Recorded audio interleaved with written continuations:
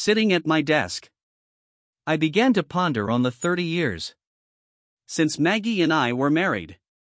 I'm reminiscing about our honeymoon and all the amazing moments in my life. Remembering my time in Hawaii with Maggie makes me nostalgic and grateful. It was simply great. A wonderful chapter that I will always treasure. From the start, it felt like we had entered a mystical universe, leaving behind the daily hustle and bustle and finding an unfathomable tranquility. Walking down Waikiki Beach, sand between our toes and the sound of the surf. Secrets are whispered. We were surrounded by splendor. The air was filled with the pleasant aroma of blooming flowers, a constant reminder of the love and tranquility that surrounded us. But it wasn't just the breathtaking scenery that made our honeymoon unforgettable. It was the times that we shared, exploring lush woods and discovering secret waterfalls. Felt like finding Mother Nature's gifts. We stood together, awestruck by the beauty and strength that surrounded us. Our cliffside retreat in Maui was beautiful, with vistas that seemed to go on forever. Every sunset filled the sky with vivid colors, and they held each other close. We was overwhelmed by affection and dedication. Evenings were like a beautiful melody, with candlelit meals on the beach beneath a starry sky, accompanied by delicious seafood and local specialties. What made it magical was Maggie's eyes and the way her love shone. Hawaii was more than just a destination for us. It became the center of our love story, filled with memories and dreams we shared. Looking back on our honeymoon, I am reminded of the beauty and depth of our relationship, which reignited our love, strengthened our bond, and provided us with moments of pure bliss and calm. 30 years later, I cherish these memories of our time in that lover's paradise. When my secretary walked in, I was staring out the window deep in concentration. "Jason, what has made you so joyful lately?" "When the lottery," she laughed. I realized I'd been smiling in content for the past 2 weeks. I mentioned that my wife had been exceptionally affectionate and attentive, making me feel appreciated and cherished again after many years. It felt like a second honeymoon, and I couldn't wait to spend more time with her. Acting like an adolescent in love, I didn't want the happiness to end. Maggie and I have a strong marriage, but after 30 years, the excitement can fade into routine. Maggie, on the other hand, had been extraordinarily loving, desiring intimacy virtually every night, and rekindling areas of our relationship that had been neglected for years. I never imagined her feelings were for anything more than rekindling our marriage. I arranged a surprise romantic evening and left work early with a smile. I received 24 roses, her favorite wine and chocolate-covered cherries. Tonight, I'll surprise her with a 7-night cruise to celebrate our enduring love. I entered the house through the garage and headed up the kitchen steps. Instead of seeing my wife, Maggie, our 29-year-old daughter, Brandy, sat at the table. I smiled, kissed her forehead and said, "Hey, baby, where is your mother?" 2 weeks ago, Brandy spoke with her mother. "Mom, I'm unsure about this. I adore my father and I'm frightened that if I go along with it, I'll damage him." "Brandy, Dad loves you and will understand. You've stated that you need something greater than what you've had before. Dad isn't growing any younger. I'm confident he'll understand your requirements and allow you to have this one-time pleasure." "Mom, I can't face Dad and tell him I'm going on a date with another man. I simply can't do it." "Then allow me to do it. Alexander will be waiting for you at the restaurant at 7 p.m. and you will be ready to go by 6. When Dad gets home, I'll explain everything to him, and you'll receive the experience you want." Honey, I consented to this date. But I have reservations. This feels wrong and I should not leave. How will I be able to look your father in the eyes? For the next 2 weeks now that I've accepted to go on a date with another man? So I propose you don't tell him anything. Show him how much you adore him during these 2 weeks. Let him know he doesn't need to worry. And once I explain everything, he will understand. It is not about love. Simply new friendships and a little fun. Reach out to him, rock his world. And when I explain the circumstances that evening, he will gladly welcome you back. Dad adores you and is willing to do anything for you.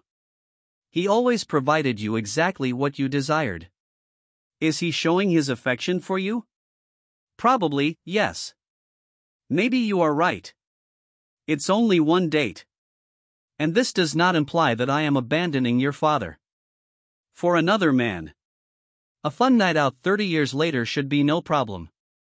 Every night until date night, I will show your dad how amazing he is. And how much I adore him. And when I go back, I'll attempt to make him the happiest man on the planet. Mom, please make him feel loved and appreciated. He is a terrific person that will provide you with an unforgettable encounter. Now I need to get home and prepare dinner for Mike. Thank you, baby, and say hello to Mike. When will you to give us grandchildren? Soon, we've already discussed it. And hope to begin working on it in a few months. Brandy remarked before leaving. Maggie found herself alone in the art studio Jason had built for her behind their house, contemplating his latest project.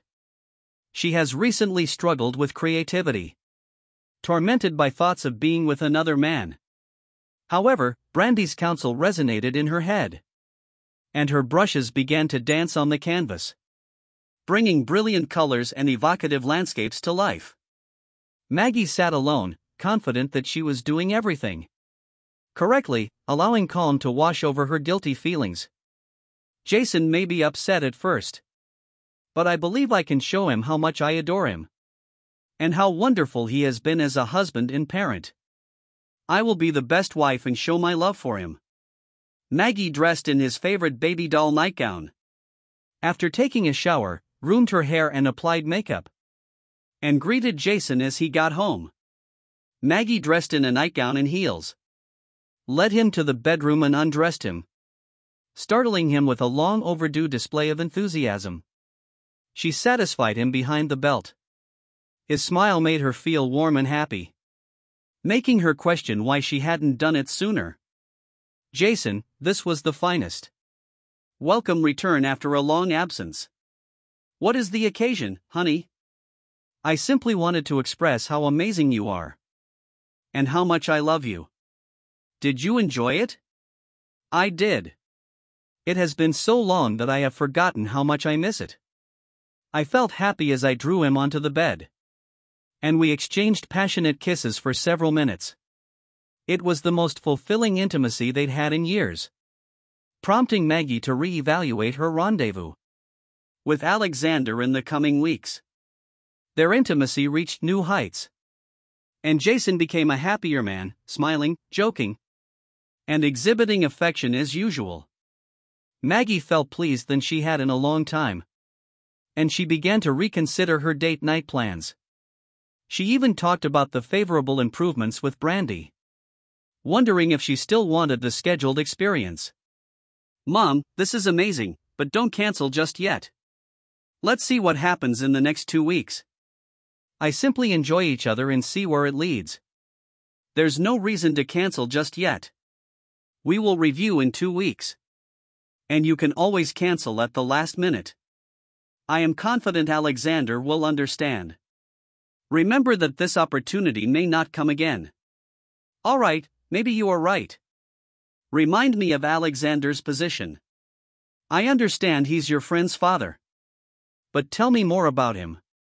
Sure thing, Mom. When his wife Mary was diagnosed with an inoperable brain tumor, he took time off work to be by her side until she died. She was the love of his life. And when she died, he was lost. He got depressed and avoided everything but work. When Mary and I advised he began dating, he admitted he didn't know how to interact with anyone else. Listening to him brought me to tears. And I realized I might have a solution for both of you. Brandy went on to tell her mother about Alexander's strong admiration for her and his desire for intimacy. She detailed the conversation and Alexander's enthusiasm to meet Maggie. So, Mom, he thinks you're gorgeous and wants to spend time with you. I'll give him your phone number and you two can plan a date. He is roughly 10 years younger than you.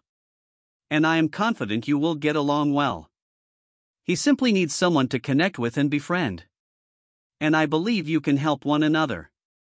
The next day, Alexander contacted Maggie. And after a lovely talk, he invited her to be his companion and spend the night with him. When he complimented her beauty in the photo and remarked how great it would be for her to go on a date with him, she felt like a schoolgirl. The pleasure of doing something unusual, combined with his flirtation, gave her butterflies in her tummy. She consented to the date and said she was looking forward to meeting him. He offered to pick her up, but she preferred to meet him at the restaurant. They texted one another on a daily basis and flirted more as the evening of their date approached. Maggie's text messages would not have passed the most basic test of a wife's fidelity. She was continuously thrilled, imagining what she had to accomplish. She tried not to forget Jason. And each evening she poured more and more energy into their lovemaking. Jason now walks about with a grin on his face, while Maggie walks around with an insatiable urge for sex. This was a new level that she appreciated, beyond her wildest expectations. I adored my kid and thought she was the most beautiful girl in the world. I was so pleased of how she had grown into the woman she is today. I wish I had spent more time with her as she grew older. But I worked hard to provide a decent life for them and tried to be there for her whenever possible. I smiled when I saw her, but I felt embarrassed. "Sweetheart, what are you doing here? And where's your mother?" I asked. She watched as I arranged 24 roses, a bottle of wine, and a box of chocolates. "I have a great surprise for your mom tonight. And I can't wait to see her." I dug inside my jacket pocket and pulled out travel arrangements and tickets for a 7-day voyage on the new yacht Love. "I'm whisking your mother away on a 7-day cruise. And I can't wait to watch her reaction when she finds out. Don't say anything when she comes home. I want to surprise her." Dad spoke. Hearing her call me Daddy always made me smile, as it reminded me of her as a tiny child sitting on my knee. But something felt odd. Tears welled up in her eyes, and she was out of breath, clearly concerned about what she had to tell me. "Dad, we need to talk," she whispered, a tear running down her cheek. Concern washed over my face. "What is wrong? Is something wrong with Mom?" "No, Mom is okay. Please sit down and allow me to explain," I responded. After a break, she said again, "Dad, you know how much Mom adores you. And she told me how wonderful things have been between you two recently. Yes, I also love her. That is why I want to express how much she means to me." Seeing her emotions, I concluded her news was not what she had expected. "I sincerely apologize, Daddy, but Mom went on a date." I sat in startled silence, unable to digest her remarks. Her tears streamed as rage flared within me. "Brandy, what are you saying? Where's your mother?" I demanded, my voice so loudly that she recoiled in horror. "Mom loves you very much, Daddy. And I hope you do not take this the wrong way. But Mom departed on a date with another man and won't return till tomorrow. She couldn't tell you herself. So I offered to break it to you since she didn't want to hurt you. It's only one night, she'll be back tomorrow. Is this some sort of joke? I cannot believe this. Your mother would never betray me like this." We were incredibly close and affectionate. This can't be real. She loves you, Dad. She simply needed something more in life. At least once, after 30 years of marriage. Nothing is changing between you two. Except she might love you even more for being understanding. I stared at my daughter. Brandy, why are you participating in this? Your mother should not have pulled you into this. And I should be speaking to her, not you. How did she get you into all of this? Dad, Mom, and I have always been close. And we share everything. She stated that activities between you two had slowed down in the bedroom. And she no longer felt desired. My friend's father lost his wife a few years ago. And wanted companionship, so I sort of introduced them. I rose up hastily and knocked over my chair. Are you really serious? You set up your mother on a date with another man? Is this what you were telling me? She lowered her head and stared at the floor. She remained mute. Meanwhile, I paced back and forth in the kitchen, attempting to understand the situation. Damn you, Brandy. Please answer me. I yelled, rising above her. Have you set this up? Is my wife, your mother, on a date with your friend's father? Because of you? My violent outburst caused saliva to flow out of my mouth. I'm truly sorry, Daddy, but while it seems horrible, when you phrase it like way, I did it out of love for my friend's parents. Holy hell, what did you do? Love for your friend's parents. How about your affection for me? Are you just ignoring me and expecting me to accept anything you come up with? Where is she now? And why did you say she won't return until tomorrow? Dad, they went to a restaurant. I do not know which one.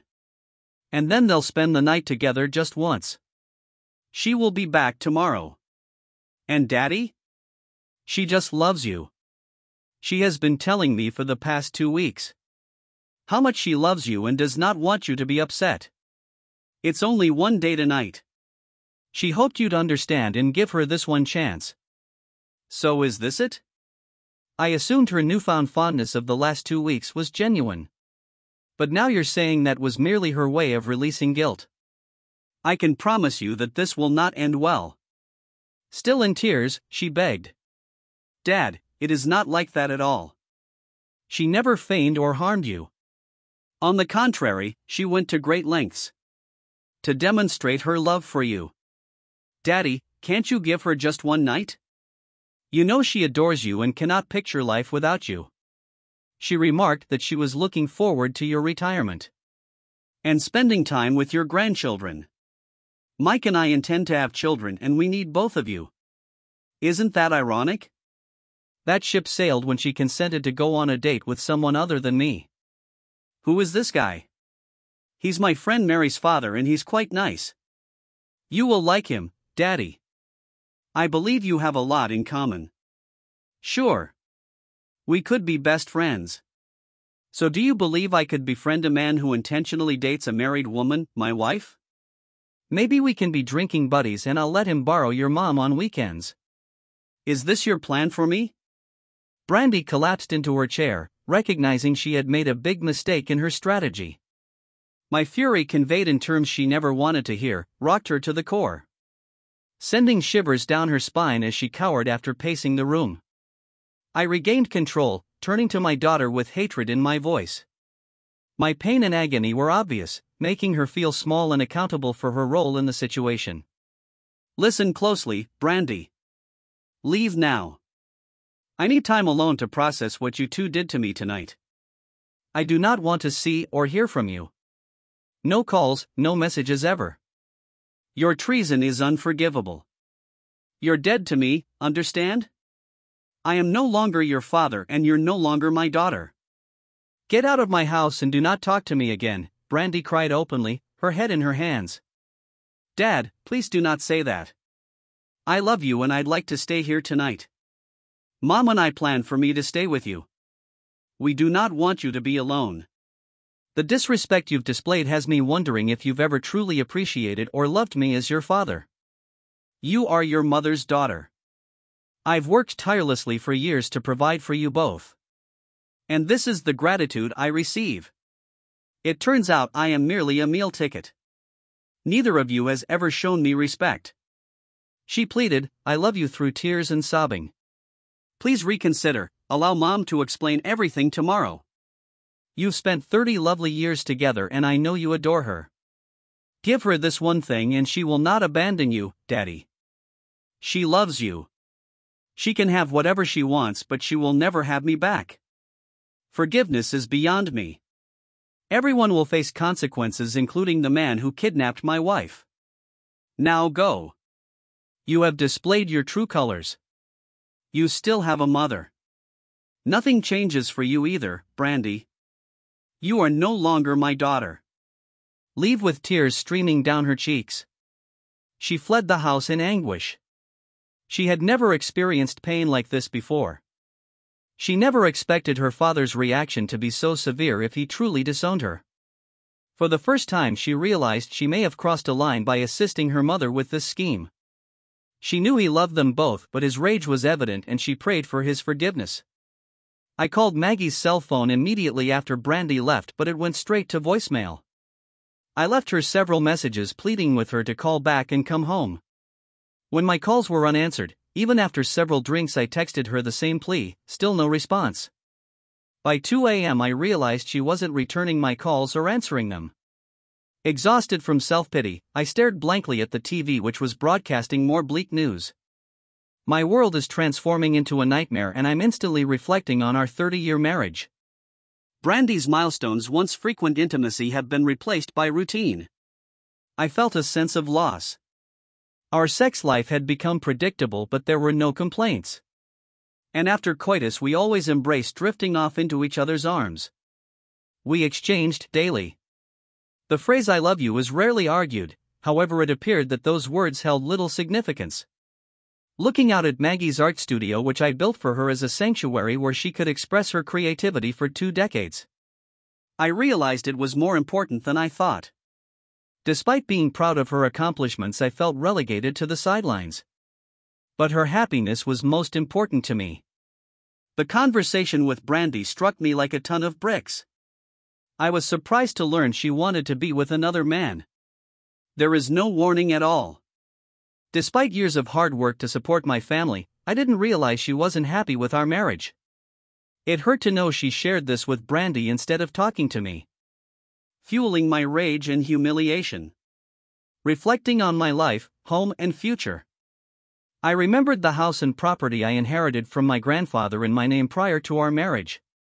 No mortgage made me think, fueled by alcohol and rage. I planned ways to harm Maggie in the same way that she had hurt me.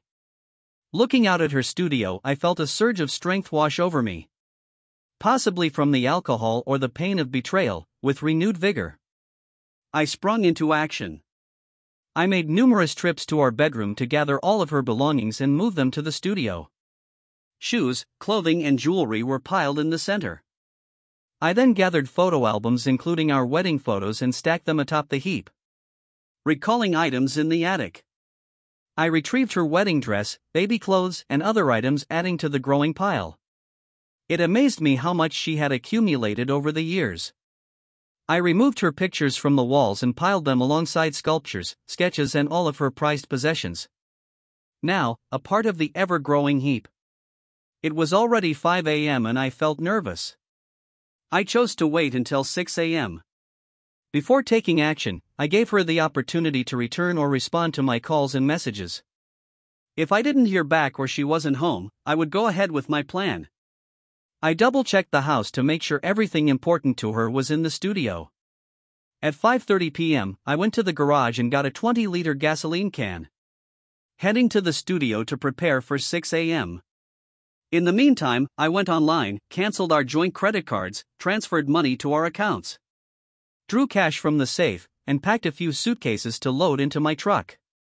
I intended to stay away until the lawyer sorted things out, giving her another 5 minutes to return at 605, as my last hope faded.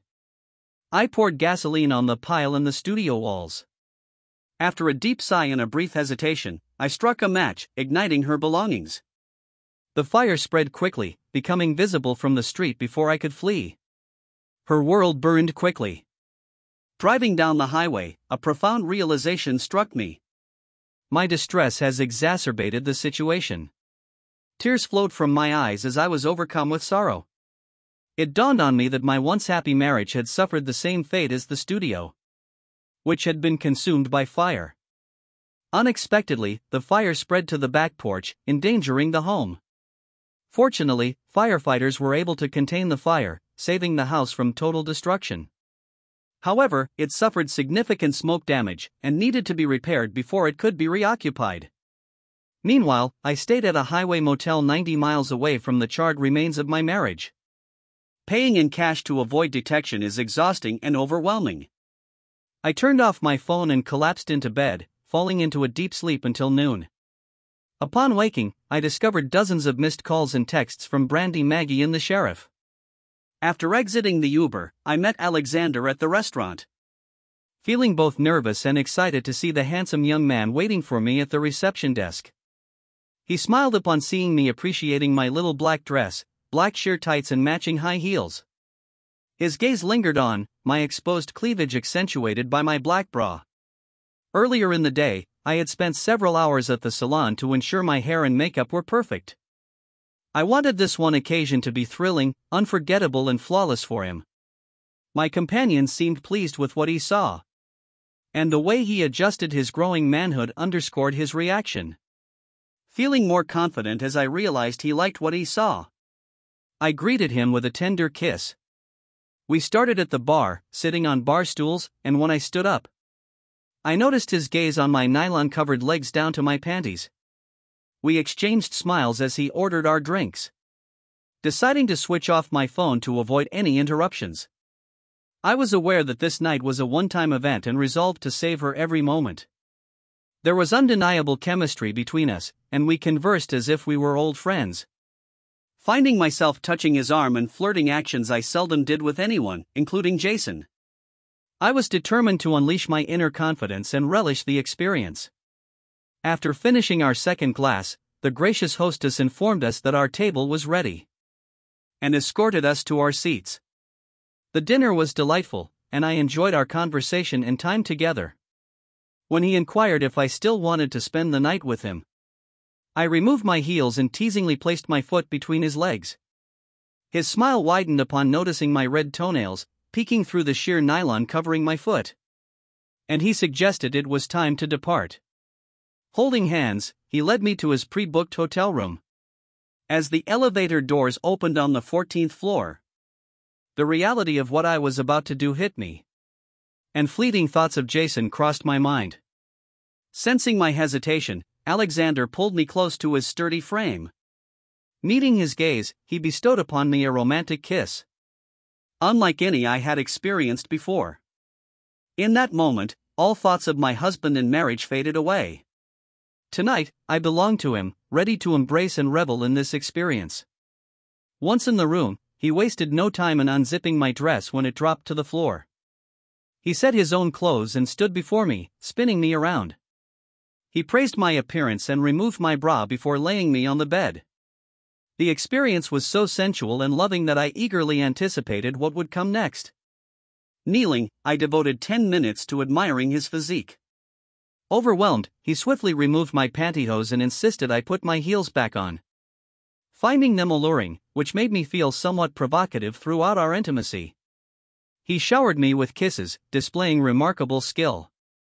Fleetingly, I thought I should get Jason to do this. It's so enticing. No, comparing again. Enough. Locking eyes, he uttered, "I love you, Maggie." His unexpected declaration deeply touched me, evoking an almost religious feeling that moved me to tears of joy. We made love several times that night and once more in the morning, each encounter as passionate as the last. It marked the pinnacle of my sexual experiences, and I was content for allowing it with Alexander.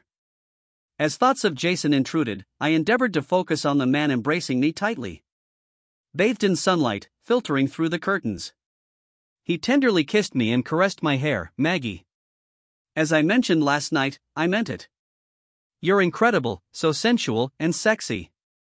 And I think I love you. I want to spend more time with you. Can we see each other again? Apprehension gripped me and I responded gently. Alexander, it was amazing and you're a wonderful man. But I'm happily married and I can't repeat this. It was a one-time thing and I cherished it. You were fantastic. You were a great lover. And I relished every moment. Maggie, please consider it before you reject me. Your husband doesn't seem to mind and I can make you happy. Just think about it, please, before you decide. Okay, I'll think about it. But for now, this is the best I can offer with another deep kiss. He held me close and I surrendered to his embrace. If I weren't married to Jason, I'd be with Alexander in an instant. But Jason is my husband and I hoped he could forgive me for what I had just done. After breakfast, we left the hotel and as Alexander drove me home, I decided to turn on my phone, which had been off since our date the previous night. To my shock, it was flooded with missed calls and texts. Among the messages Jason struck me particularly hard, inducing a sharp sense of guilt, the realization that his suffering, for which I felt responsible, brought tears to my eyes. Before I had a chance to proceed to the next message, my phone rang just as we were entering my neighborhood. It was my child urgently inquiring about my whereabouts. I reassured them, saying I was nearly home, only to be informed of a fire at our house. The news had been trying to reach me all night, apparently, but my phone had been off. My immediate concern shifted to their father, who, according to my child, was missing. No one knew of his whereabouts and he wasn't responding to calls. With a sinking feeling, I promised to call back as soon as I arrived, deeply troubled by the unfolding situation. When Alexander turned the corner onto my street, I saw a fire truck and police in front of our house. I didn't see any damage at the front of the house and asked the firefighters what happened. Are you the owner of the house? He asked. Since all the neighbors were watching me as I stood with an unfamiliar handsome man, my companion. Yes, I'm Maggie Spencer. Well, Mrs. Spencer, we were able to save the house. Only the back porch was damaged, but I'm afraid you won't be able to stay here until you call the experts to clean up the smoke from inside your house. The majority of the damage was to the small cottage behind your home. I'm afraid he's completely lost. I felt my legs give out when Alexander caught me and helped me sit on the curb. My studio, is she damaged? Sorry, Mrs. Spencer, all that's left of her is smoldering ashes. We'll try to figure out the cause of the fire, but in the meantime, the police detective has a few questions for you. I quickly stood up and ran to the back of the house before Sergeant Wilson could ask me any questions. He caught up with me as I stood in front of the remains of my most prized possession. I immediately knew that Jason must have done this as revenge for my actions. Mrs. Spencer, do you know what happened here? Asked Sergeant Wilson. No, I wasn't there last night and I have no idea about anything. Are you her husband? He asked, turning to Alexander. No, just a friend. I felt my face turn red with embarrassment as the sergeant gave me a knowing look and asked where my husband was. I said I don't know. When he asked where I was last night, I timidly said that I was with Alexander at the Hilton Hotel in the city center. The looks thrown at me by the sergeant and his assistant made me realize the seriousness of my situation. I just admitted that I didn't spend the night with my husband, who also disappeared. The detective now had questions. Mrs. Spencer, are you and your husband separated? Do you know where he was last night? No, we are a happy married couple. And then I realized how stupid it sounded after admitting that I spent the night with another man. Do you know where he is? No, he doesn't answer calls. We'll want to talk to him. So when you talk to him, please give him my number. He said, handing me his business card. I was shaking with anger and fear, anger at the loss of my refuge and all the work I had created over the years. Everything is gone forever. Fear of thinking that Jason could be so angry as to do this and what it would mean for my marriage. I needed to talk to him as soon as possible. I called Brandy. Brandy? Do you know where your father is? No, I haven't talked to him since yesterday evening. Why didn't you stay here with him like we planned? Mom, he threw me out and said that I was no longer his daughter. Hearing these words, I felt a chill rush through my body. Jason would never utter such words. And if he did, it would be even worse than I imagined. Upon entering the house, I noticed smoke damage on the walls and detected a foul odor lingering in our home.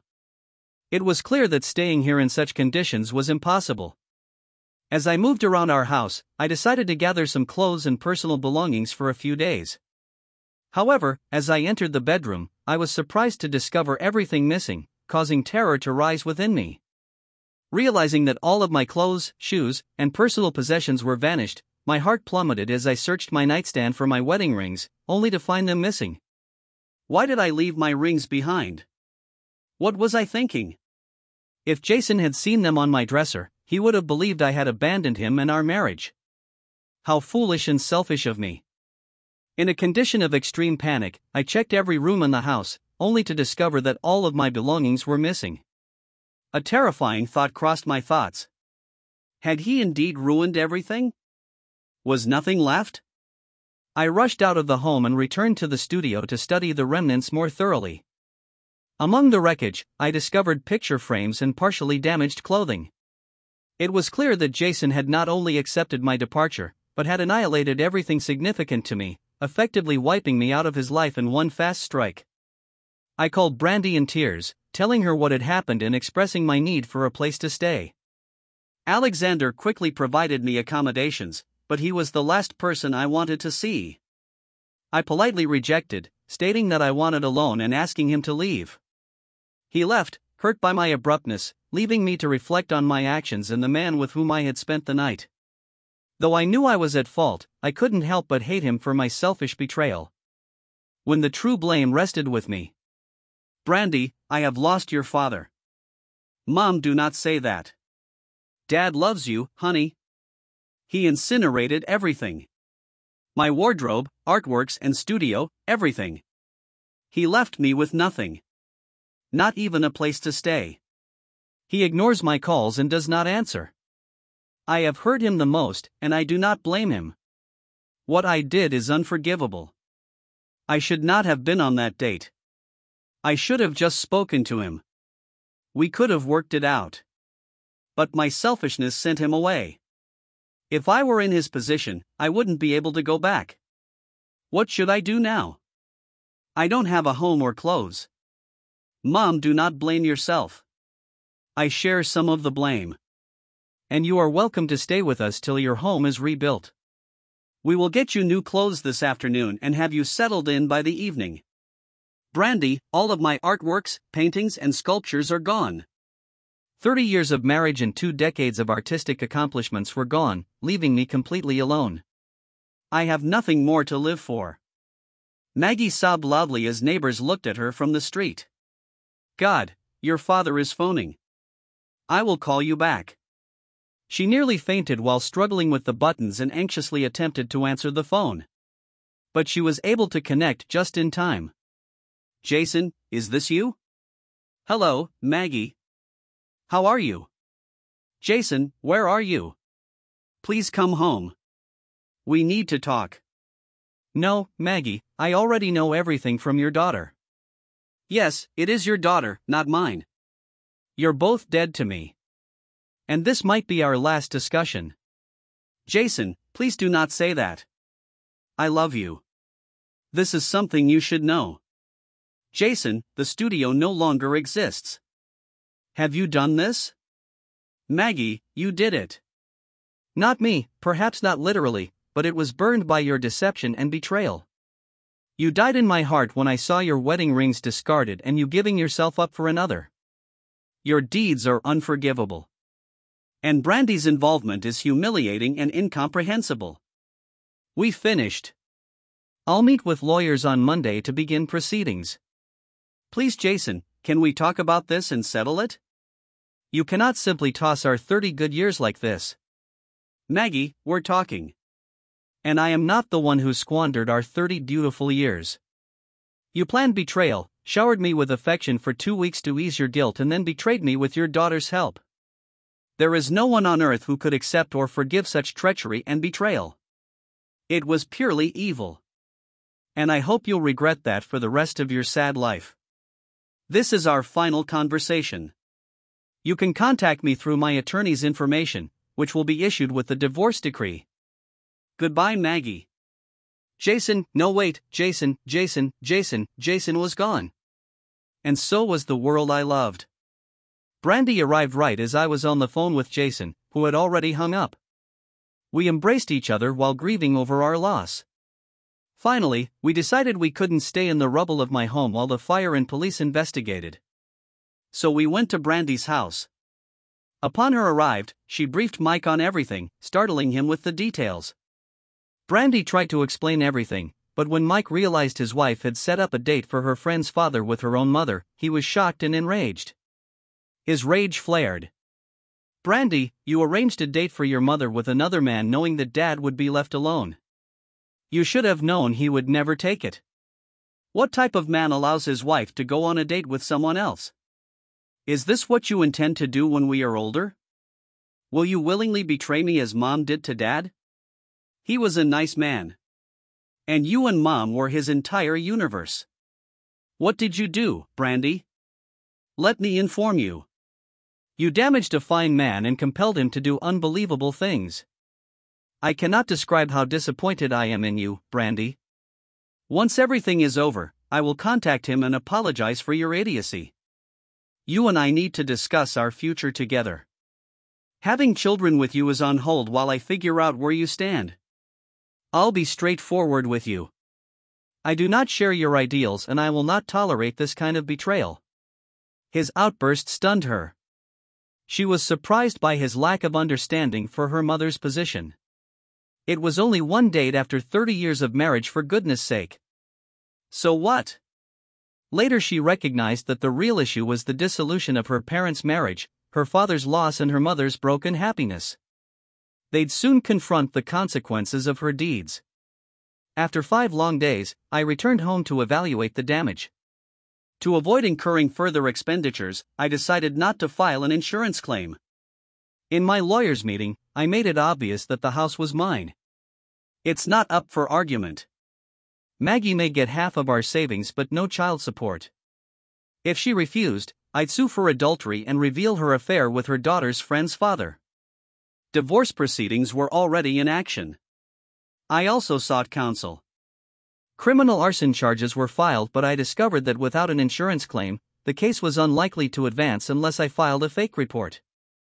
When Brandy returned home and walked inside, a neighbor with whom she had gone to school called her. Brandy rushed up to me. I was inspecting the damage and determining what repairs the house need. I heard the front door open. Hey Dad, where are you now? Brandy's voice reverberated throughout the home as she entered. I remained mute, concentrating on surveying the damage. Maggie used to find solace in looking out the window at the pile of ashes. I couldn't help smiling. Brandy found me in one of the bedrooms and hurried over, hugging me. I'm sorry, Daddy. Please forgive us. We love you, Brandy. I cannot forgive either of you. I've previously said don't talk to me again. Please let go and leave me alone. You say you are my daughter, so I must forgive you. Listen, you are no longer my daughter. Simply a deceptive individual who crushed my heart. Now leave me alone, Dad. Mom needs you. She lives with us and misses you deeply. She cries all the time and wishes to apologize to you for her error. Can you come to our place to visit her? Never. When she went on that date and stayed with another man, our marriage was over. She even left her wedding rings behind, marking the end of our marriage. It's over and I won't speak with her again. Both of you can contact me through my lawyer. I'll be getting a new phone and number today. However, for the time being, you should return to your unfaithful mother. Are you truly willing to give up 30 years of happiness with Mom? No, not me. Your mother threw away those 30 years. As soon as she removed her rings and went to her sweetheart, you and your mother shattered my 30 years of bliss. And for that, I will never forgive or forget. Get out of my house for a second time. Brandy cried when she left her childhood home. Her father's words, declaring she was no longer his daughter, were devastating. Even years of therapy couldn't take away the sorrow from his comments. Maggie crumpled the divorce papers the next day, understanding her romance had ended her marriage. She tried to reason, went to counseling and spoke with Jason, but none of her attempts were successful. He severed off touch with both her and Brandy. Mike eventually approached Jason, expressing his outrage and displeasure with their behavior. He questioned having children as a result of Brandy's treachery and is currently undergoing couples counseling to repair their marriage. Maggie intended to return home once Jason renovated it, but the divorce decreed it was his. She received half of their savings and $3,000 a month in child support for 10 years, despite his refusal to pay. Now she needs to find work. After 30 years of relying on Jason, she relocated from her daughter's home to a small apartment near the city center, working at an art gallery to supplement her income. Maggie's artistic independence was abruptly threatened. She will no longer spend all of her time in Jason's beautiful studio. She can't sit in front of her creative work, admiring the lake view through the large windows her husband gave her. Soon work will absorb her, leaving her with no time to restore her previous life. Her leisure time had evaporated, along with her wealth and married joy, all for a single reckless night with another man. She'll never have enough tears to wash away the pain created by that one error.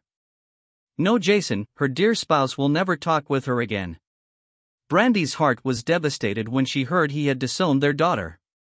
She fell into sadness over her parents and parted to save her own marriage, which is now coming apart.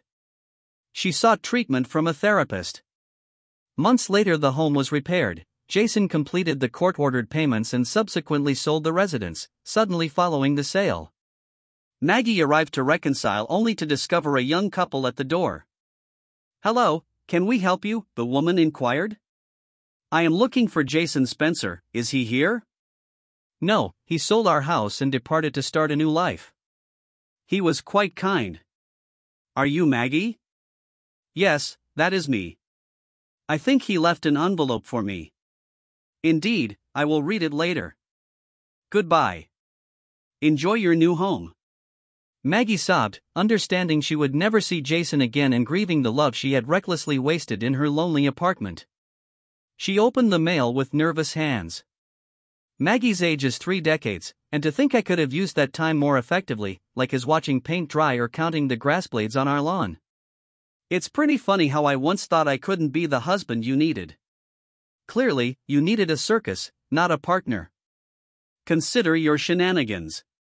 You wanted more. Well, congratulations for finally finding it outside of marriage. Bravo. Those 2 weeks you spent playing your adoring wife should have realized it was only the beginning. This is the prelude to your grand betrayal. I got fooled. You completely duped me with your Oscar-worthy performance. I was preparing a beautiful night to honor us, and you were out celebrating yourself with someone else. Maggie, you didn't simply break us. You blasted us out of space. So I did us both a favor by disappearing. That's correct. I left the circus to the clowns and moved on to better pastures. Do not bother trying to find me. I'm buried beneath layers of new cities and faces that don't include you or our girls.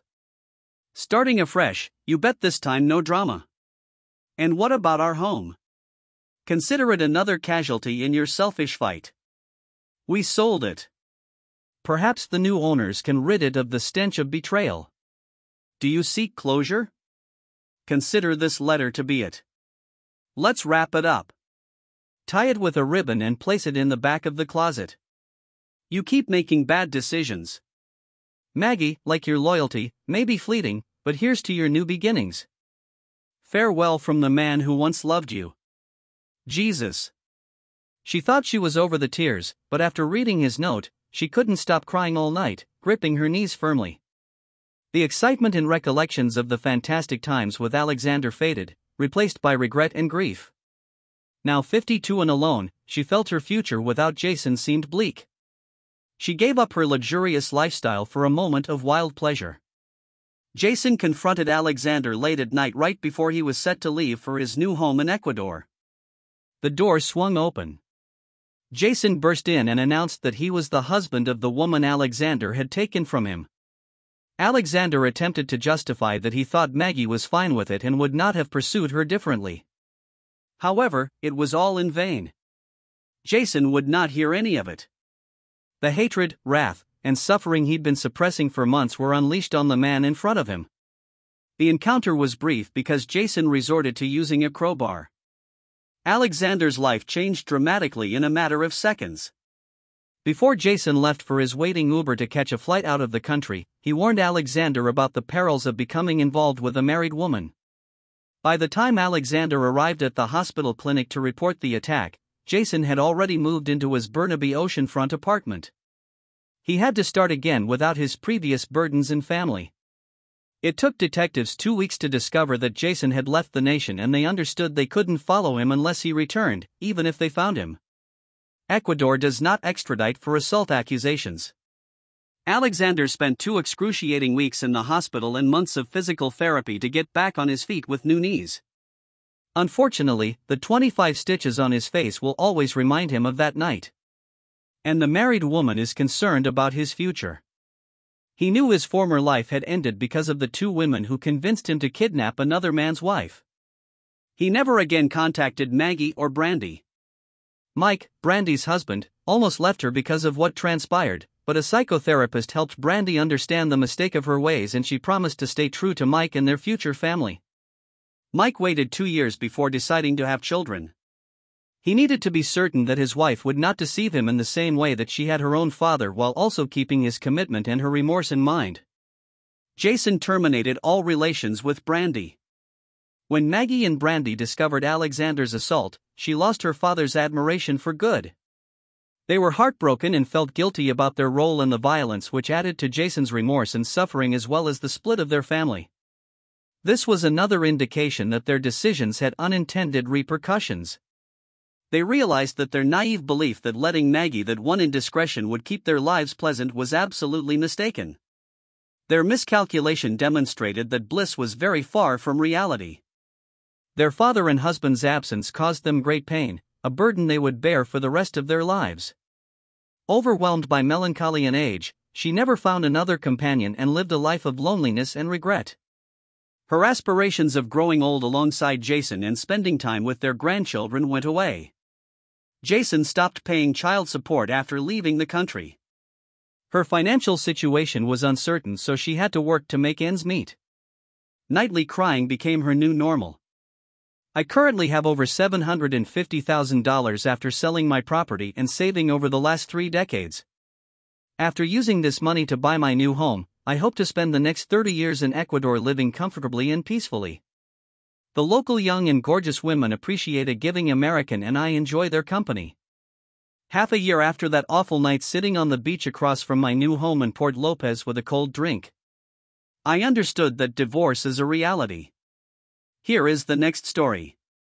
I'm Becky. I've been married to my hubby for 3 years now. He's been preoccupied with work during that period. I rarely get home. Loneliness became my constant companion, and I began to feel as if I were living on a deserted island within our own home. The last 3 years have been quite bleak, and I had envisioned a marriage in which my husband would be present and engaged. But reality had different intentions. My spouse Andrew is a 28-year-old surgeon. You can imagine how demanding that position is. The man's schedule is nuts, with crazy long hours and even night shifts that spill into the next day. Sundays. It's like ships passing in the night. I hardly get to see him weekends. Well, they might as well be workdays because he's often stuck at the hospital. Our relationship has taken a hit and we hardly communicate like a normal couple. We've abandoned regular date nights and attending events together. Now Andrew feels like a stranger and our quality time has vanished into thin air. This isn't what I signed up for. It's definitely not what I had in mind when we tied the knot. I get it. His job is a big deal and I'm not trying to be selfish here. But let me tell you, it's been a mental drain. I've tried everything to make this marriage work. Even sitting down for a heart-to-heart with Andrew, all he seems to talk about is how demanding his job is. There was even a day when I waited patiently for my husband to return home so we could have a chat. But he quickly came up with an excuse, claiming he was too tired and not in the mood for a conversation. Yep, you read that right? Andrew said it. Me just trying to have a decent conversation with the man I married, and it ends up making me seem like a nagging wife. Someone who's always giving her husband a hard time when he gets home. It's almost as if I'm married to a stranger now because the Andrew I knew is nowhere to be found.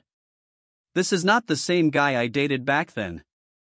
He showered me with attention and all the care in the world. Now don't get me wrong, I'm not lacking in material comforts or anything like that. My husband works hard to provide for both of us and we're financially stable. But you see, I'm still longing for his emotional attention. Money isn't everything, at least not for me. Andrew just doesn't seem to grasp that his wife also needs some TLC. The kind of attention he gives to his patients at the hospital. He's under the impression that everything's hunky-dory with me because I have all the comforts a wife could ask for to make her home cozy.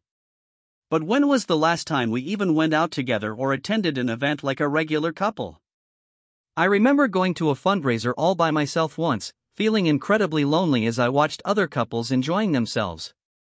It felt like I was flying solo and folks kept asking where Andrew was. I had to come up with excuses for him covering for his absence. It happens quite often, and sometimes it makes me wonder if he's doing it on purpose or if there's something fishy going on. Maybe he's having an affair with a coworker using his job as a smokescreen. Who knows? I even tried to throw a surprise birthday party for Andrew once I invited some friends since our families live far away. But things didn't go as planned and I had to rely on our friends to make it a memorable day for him.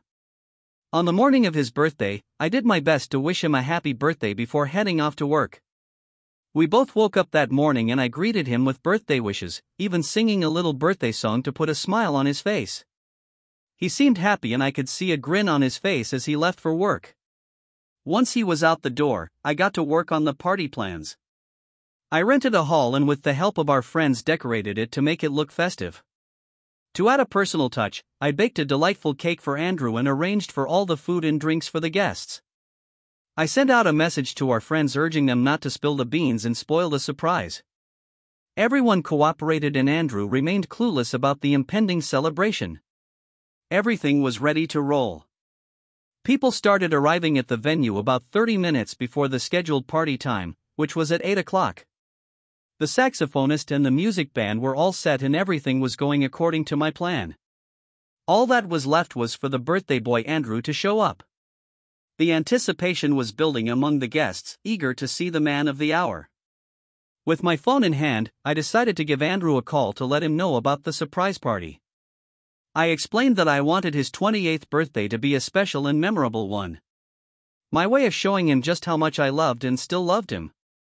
Andrew hadn't always been like this, and it wasn't about his work. It was his attitude and the lack of attention that was taking a toll on my mental and emotional well-being. This all started when he got promoted at work. I'm not saying his promotion is a bad thing, but it's had its downsides. I barely see him at home anymore, so there I was trying to reach him on the phone, but for the first 2 minutes his line was unreachable.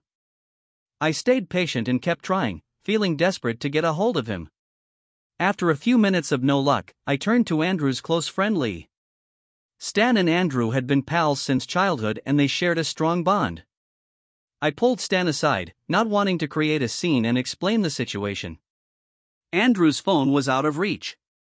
Stan took it upon himself to help and dialed Andrew's number, but it still wasn't getting through.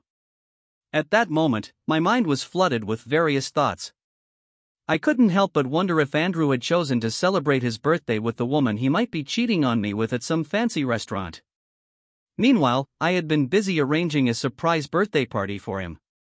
I got lost in my thoughts until Stanley suggested that I send him a text message and give calling him another shot.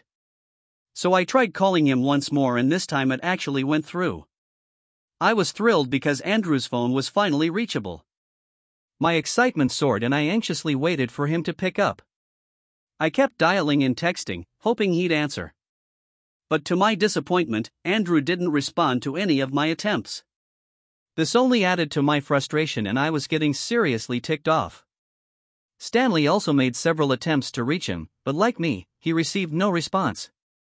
Just that the guests were starting to get restless and were asking questions about what was happening. It had been a whole hour and there was no sign of the birthday boy anywhere in the hall. Stanley suggested I keep trying to call Andrew while he tried to calm down the guests.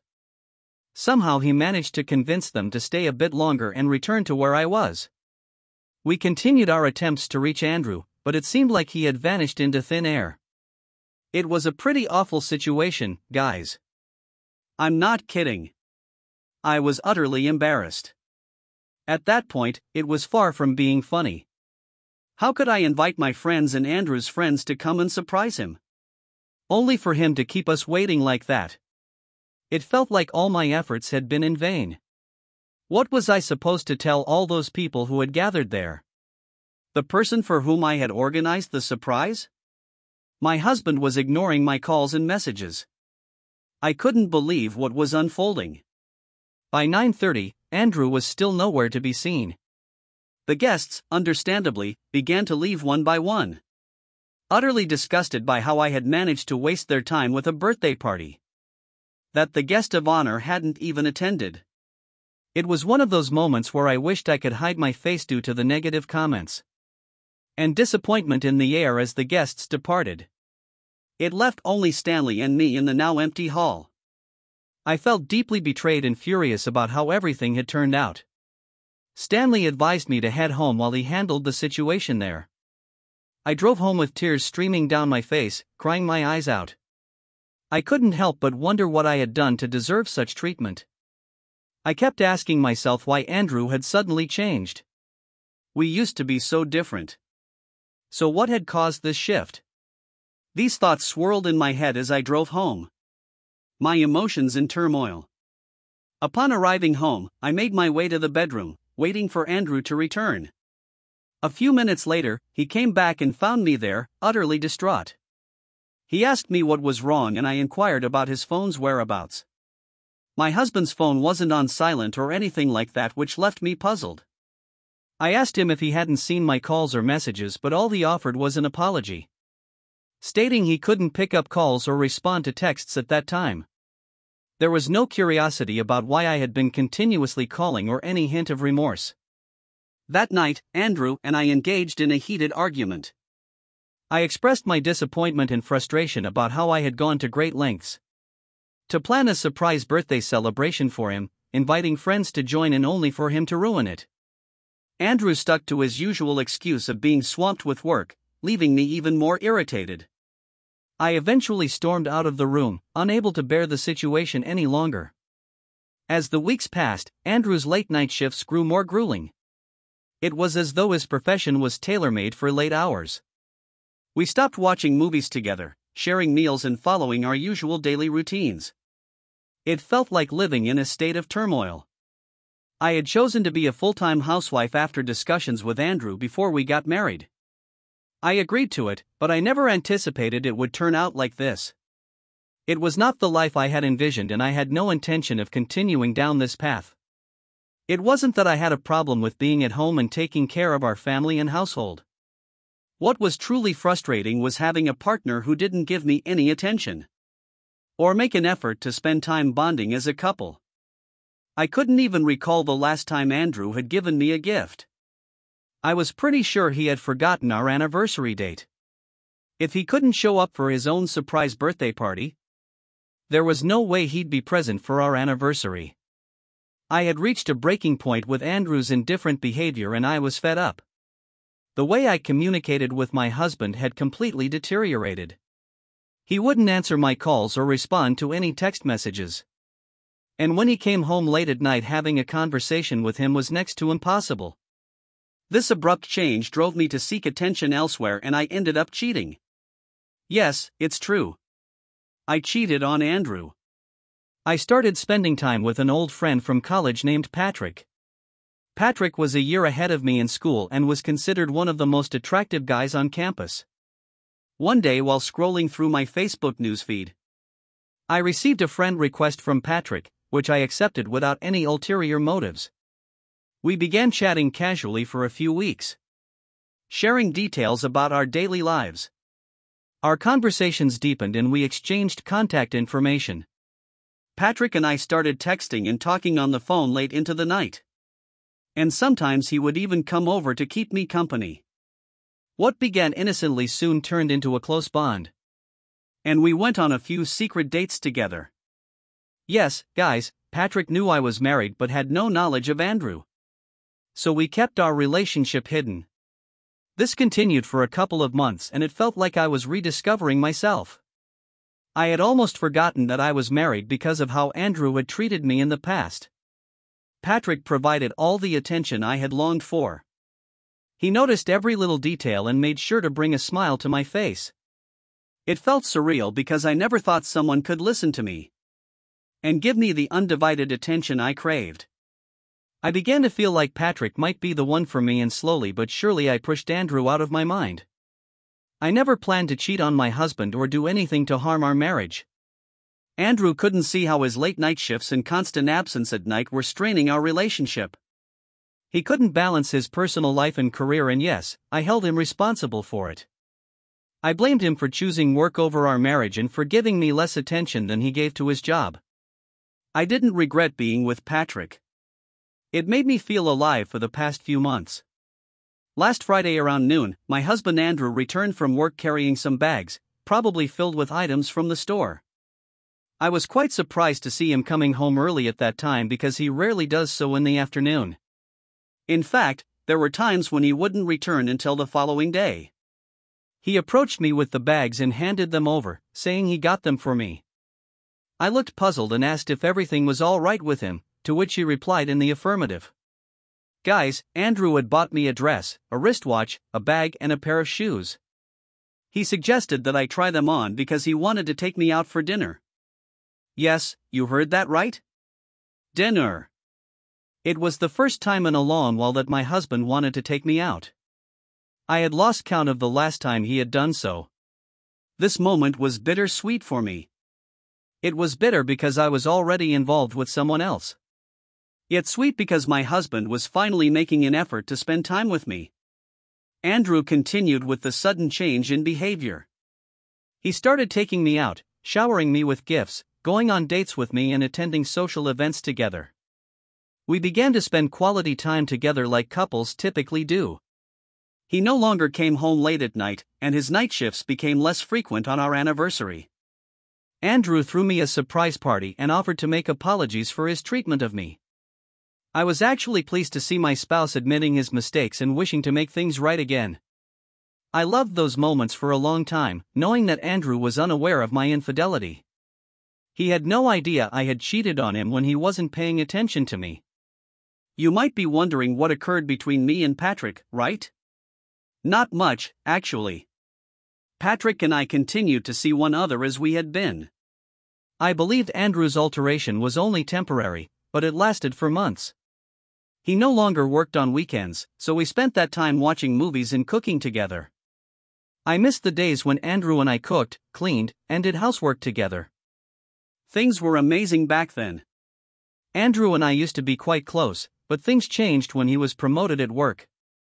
He became too busy, leaving me feeling lonely and abandoned at home. However, the last few months have been a wonderful shift, as my spouse has finally begun to give me the attention I have craved. We reunited and formed strong bonds during this time.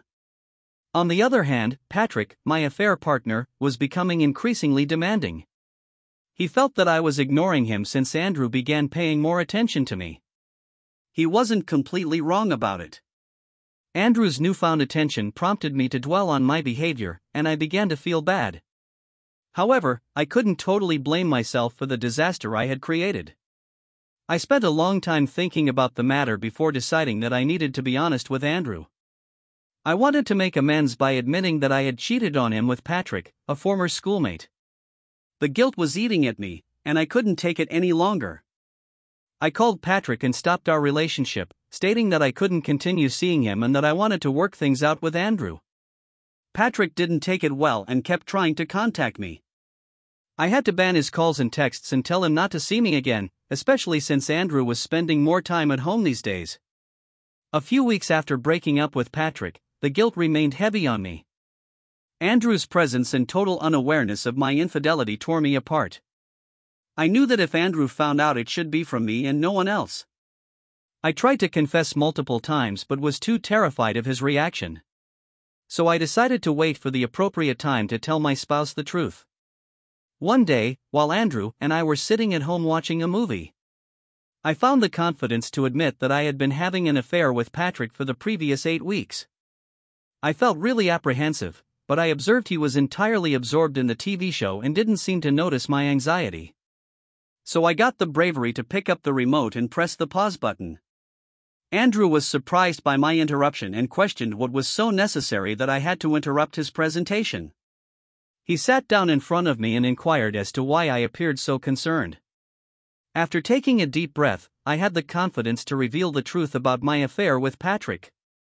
As I began to tell Andrew the specifics, I could see the astonishment and wrath on his face.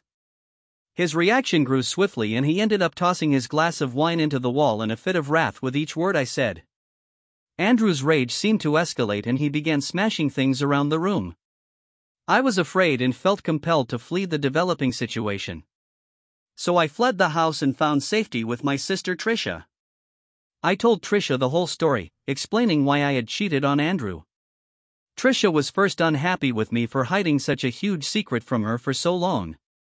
But gradually she attempted to calm me down. She suggested I phone Andrew so she could talk to him and possibly help defuse the tension. I called Andrew but he did not answer or respond to any of my messages. Tricia and I called for almost half an hour but received no response from my husband. My sister advised me to rest and said we could contact Andrew again in the morning. I awoke early and dialed his number, which went through for a brief while before becoming unavailable. I kept trying but it appeared like Andrew had stopped my calls and messages. I urgently wanted to speak with him and explain why I had done what I did. After weeks of no communication from Andrew, Tricia decided to take me back to the house. When we arrived, we saw Andrew attempting to get into his car and leave the compound. I dashed over to him trying to speak things over, but my attempts to communicate were hopeless. Andrew slammed the car door in my face and told our gatekeeper to eject me out of the property before speeding away. It was a devastating blow and my heart broke into pieces. How did I find myself in such a bad situation? Andrew would not even give me a second glance. I felt as if I had repulsed him from going with Tricia. My heart felt heavy with sorrow. I couldn't bear the thought of returning to our former beloved home. My 3-year marriage looked to be dissolving right before my eyes and sliding through my fingers.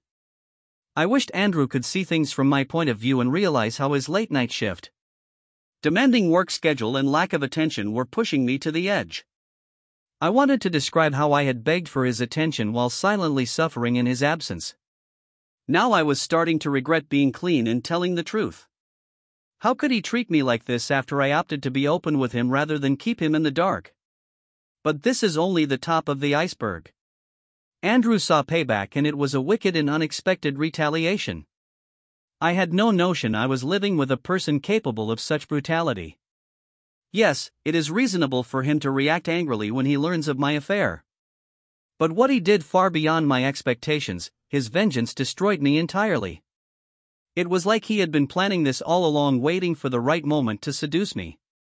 Perhaps he had suspicions and just wanted confirmation, and I played straight into his hands like an idiot. This event undoubtedly taught me a great lesson. After several months, I hadn't heard from Andrew. I was feeling increasingly upset and eager to make things right between us, so I decided to pay him a visit at his home. When I arrived, the gatekeeper refused to let me enter the compound, citing Andrew's tight orders. I appealed with him, but he stood firm. Andrew made it obvious that he did not want me anywhere near the residence. After a heated exchange with the gatekeeper, I was eventually let to enter the compound. I darted by him and into the house, surprised and indignant. The old passcode still worked, and I couldn't help but experience a feeling of nostalgia as I stepped into what was once my home. It had been extremely silent and Andrew was nowhere to be seen inside. However, his automobile was parked outside. I proceeded further into the home, hoping to locate Andrew in our bedroom. Sadly, he wasn't. He seemed to have left before I arrived in the neighborhood. I spent a while feeling sorry for myself before realizing that my side of the closet was absolutely empty. I initially felt my vision was playing tricks on me, but it turned out that I was seeing clearly. None of my stuff remained in the house, which surprised me because I hadn't had time to pack them before leaving abruptly. Fearing Andrew would harm me, I had borrowed my sister's things throughout my stay with her, and none of my luggage, clothes, or shoes remained. Even my childhood photos and personal belongings were gone. The room appeared to be completely new to me. I was taken aback, and if Andrew had been present at the time, I would have given him a piece of my mind. I had hoped to locate some clothing to wear because I was weary of borrowing from my sister's closet. Andrew had pulled a dirty trick on me, and I waited breathlessly for his return. All of the terror that had been gnawing at me had evaporated, and I was no longer afraid of facing him alone. After what seemed like an age and being troubled by the gatekeeper who was concerned about Andrew's reaction to finding me in his home, I eventually heard the front door creak open. I dashed downstairs, believing Andrew had returned. To my astonishment, instead of Andrew, I saw a tall woman at the door. I was taken aback and asked her if she was lost, since that was the only plausible explanation I could think of for a stranger being there. The woman chuckled and redirected the topic to me, wondering if I was the one who was lost. I was annoyed and demanded to know who she was. She presented herself as Andrew's girlfriend, and for a brief minute I assumed she was joking, but she wasn't. In that instant, my world was broken once more. The fact that Andrew had a girlfriend killed me. My thoughts raced through countless situations, none of which were pleasant. I couldn't help but think she might have been the same lady he was cheating on me with. I may have been overthinking things, but I was unable to make sensible conclusions. When she instructed me to leave, I was taken aback by her audacity. I identified myself as Andrew's wife, but she was already aware of this. Then she had the gall to tell me that I was about to become the ex-wife. Honestly, I wanted to confront her right then and then, but I was able to keep myself under control. I asked about my possessions and where she had stored them. She admitted to getting rid of most of my belongings and selling the rest because Andrew had handed her everything, telling her to do whatever she wished. My restraint failed, and I grabbed her shirt. My rage overtook all sense of reason. I grabbed her hair and demanded the location of my childhood photos. She told me coldly that she torched everything. I was enraged, and I believe I almost pulled her hair out of her scalp. She tried to struggle, but I had a substantial size advantage, and she was too surprised to fight. It's astounding that Andrew had the audacity to do this to me. How could he trust a stranger with my belongings? How could he put a complete stranger in charge of my childhood photos? The garment bags and cartons, while significant, do not hurt as much as those pictures. Even the jewelry and makeup cannot compensate for the loss of those treasured photographs. My biological father died before I was born, so I lived with my stepfather and mother my entire childhood. My stepfather was not the best father figure, and I was counting down the days until I could marry and be independent from that household. I had taken all of my photographs with me since I did not want to leave any behind. That is why it hurts so much that Andrew handed up those photos to a complete stranger. Nobody can console me. Andrew was well aware of the sentimental value I placed on those images, which made his actions much more distressing. I had already addressed this with him, so I am confident that he chose that option on purpose. As I wrestled with the woman, Andrew entered the house. He dashed toward us and quickly separated us. Little did I know that the gatekeeper had notified him of my presence while he was working. I questioned Andrew about his behavior, but he remained silent. He grabbed my hand and forced me out of the house, telling me to leave and never return. I was astounded that he had taken notice of a complete stranger without first hearing my side of the story. I could not believe what Andrew had done, so tears welled up in my eyes. I never expected such a callous gesture from him. When I asked why he let that woman destroy my childhood photos, Andrew coldly said that he couldn't care less about what happened to me. I asked him if he was aware of the repercussions of his conduct, as his response would influence my next step. He admitted that he was fully aware and that he had issued the commands in a fit of fury. I slapped him across the face and he was surprised by my actions. He attempted to confront me again, but the gatekeeper intervened and stopped him. Nothing Andrew had ever done had affected me as much as this treachery. How could he? My entire childhood was wiped away. I left the house, and that was my final encounter with Andrew. I opted to go to my stepfather and mother's place because my sister could hardly feed both of us. However, when I arrived, I was confronted with another stunning news. I discovered that Andrew had a conversation with my mother and stepfather in which he detailed everything that happened between us. This hit me hard because my parents are deeply religious and have no tolerance for infidelity or dishonesty. They refused to let me back into their home after knowing what had happened. My own mother turned me away. I had low expectations for my stepfather because we were never close. But my mother's response startled me. I left their house and returned to my sister's, where I told her the entire story. She offered to help me, but I told her that I would move out in 2 months. It's been 2 weeks and I'm currently considering my choices for getting back on my feet. Frankly, the truth did not save me at all. It simply caused me additional sorrow and pain. I regret being honest with him. Perhaps it would have been preferable to speak a white lie. This incident has made me wary about the future. I have no intention of seeing Andrew again, and I intend to petition for divorce. I've been waiting for him to start the divorce process, but I haven't heard from him yet. Nonetheless, I am determined to go through with it, and I will undoubtedly pursue alimony, spousal support, or whatever it is called. That man truly done me wrong, and I intend to do what is best for myself. An update about my life. Being single is not as glamorous as it is frequently portrayed. I'm not having as much fun as I expected from being a lone lol.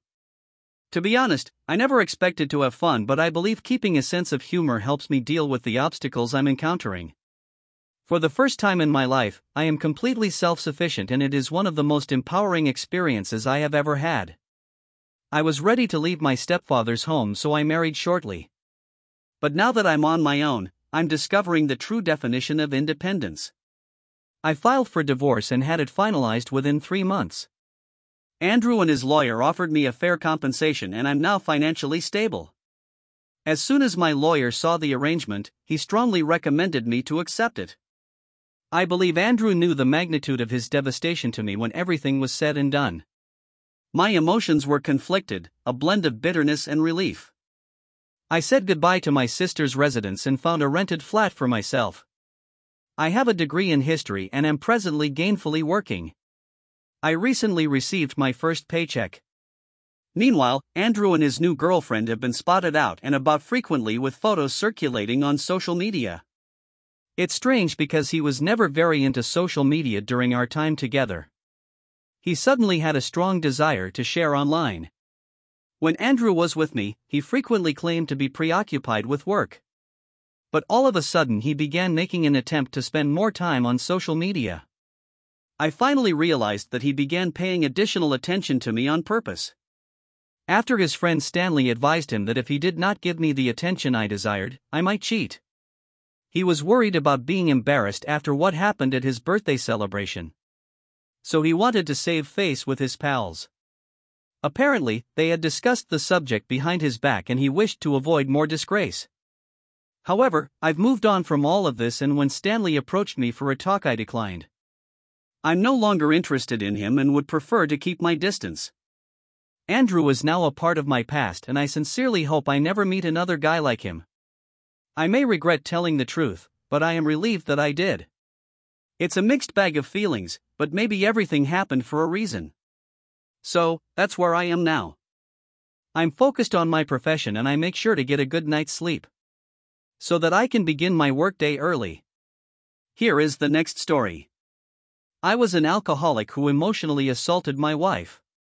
She sent me divorce papers, but I got clean and changed my life. We're attempting to reconcile, but my guilt is crushing me. My wife, 31, and I, a 27-year-old guy, have hit a hard patch. And have been apart at home for about a year. It was mainly my fault.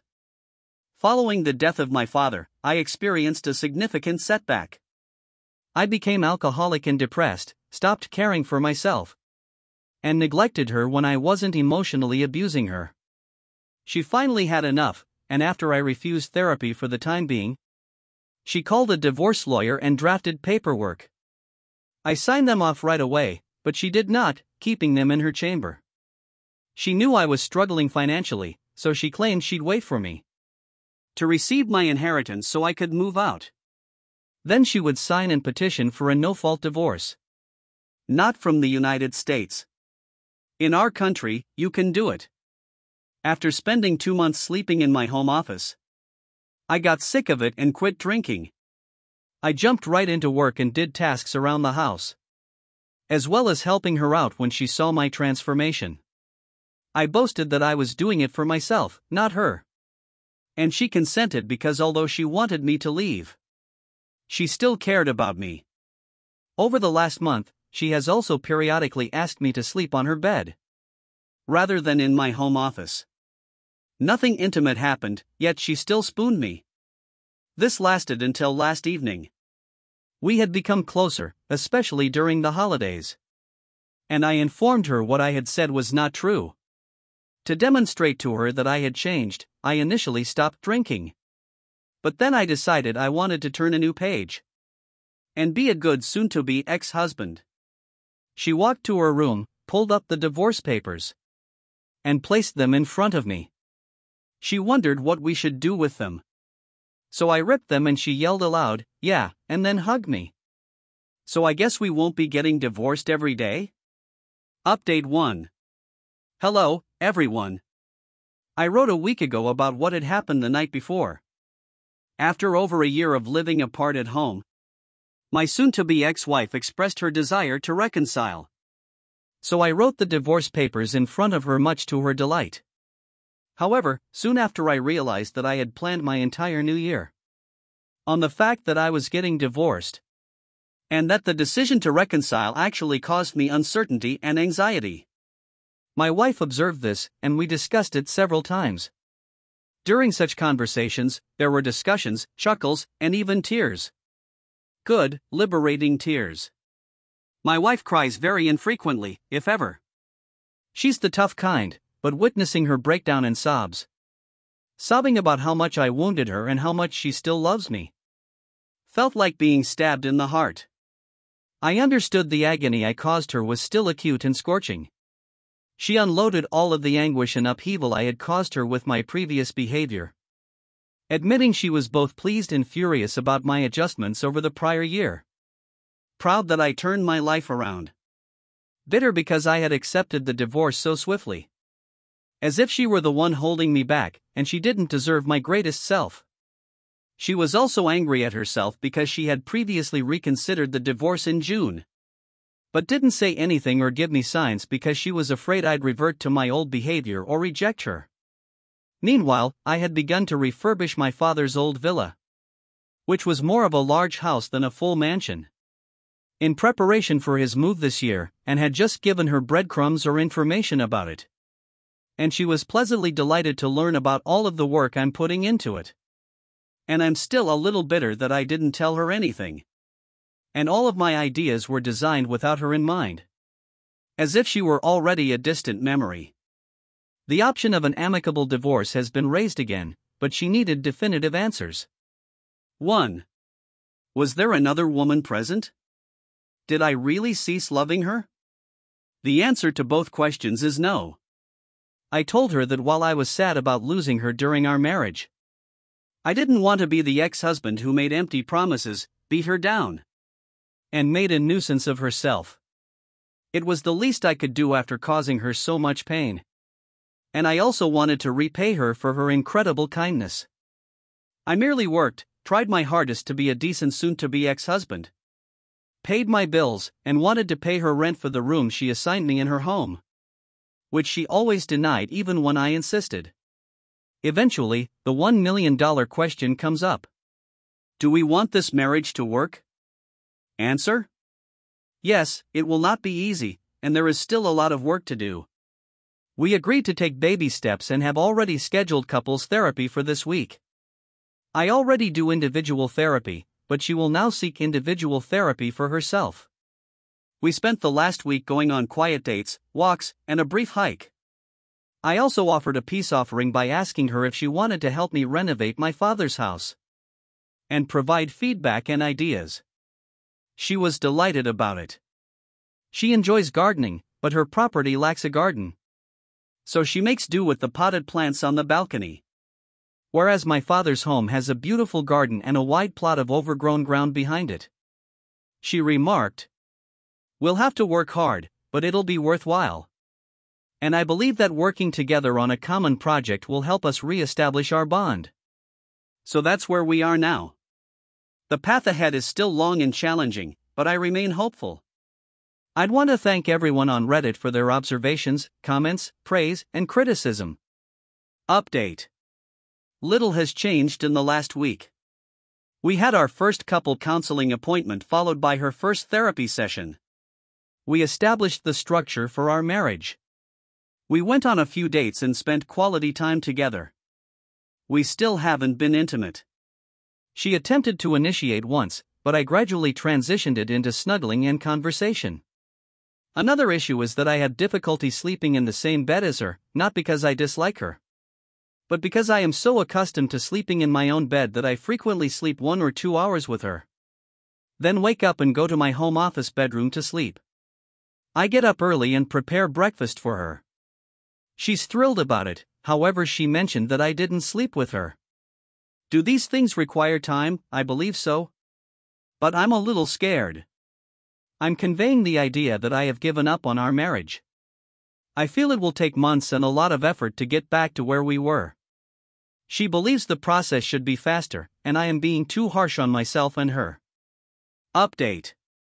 I've been sober for nearly a year, beginning after she issued me with divorce papers. She decided to try to reconcile last January, and while it hasn't been easy, we still sleep separately.